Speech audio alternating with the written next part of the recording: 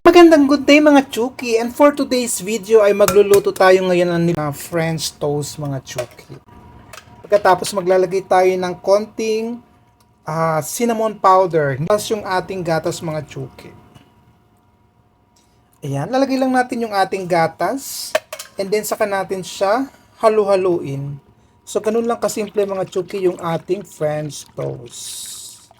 Ayan, kung nagustuhan mo yung aking video mamaya, please don't forget to follow my page, like and share. Ayan.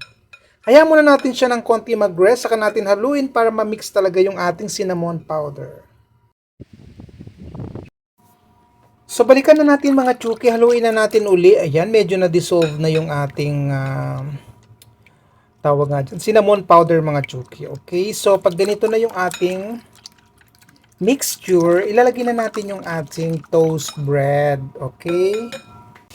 So ito na nga Chuki yung ating toast bread. Nilubog ko na dito sa ating mixture. Pasensya na kayo ha, hindi na kuna ng video. Pero ayun, nilubog ko lang mga Chuki. Isasalang na natin.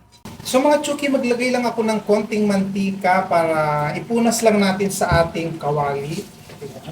Kung meron kayong brush, pwedeng gamitin yung brush. Pero kung wala naman, pwede naman ganito na lang. Mga Chuki, pag mainit na, ilalagay na natin yung ating French toast. Ayan.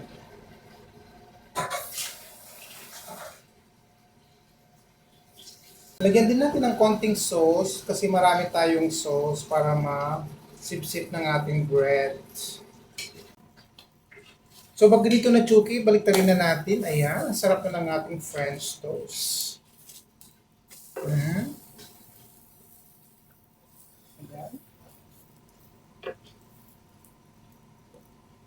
Yes.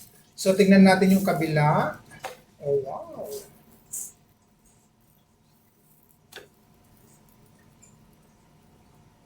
So, gagawin natin medyo ganito ha, medyo brown-brown.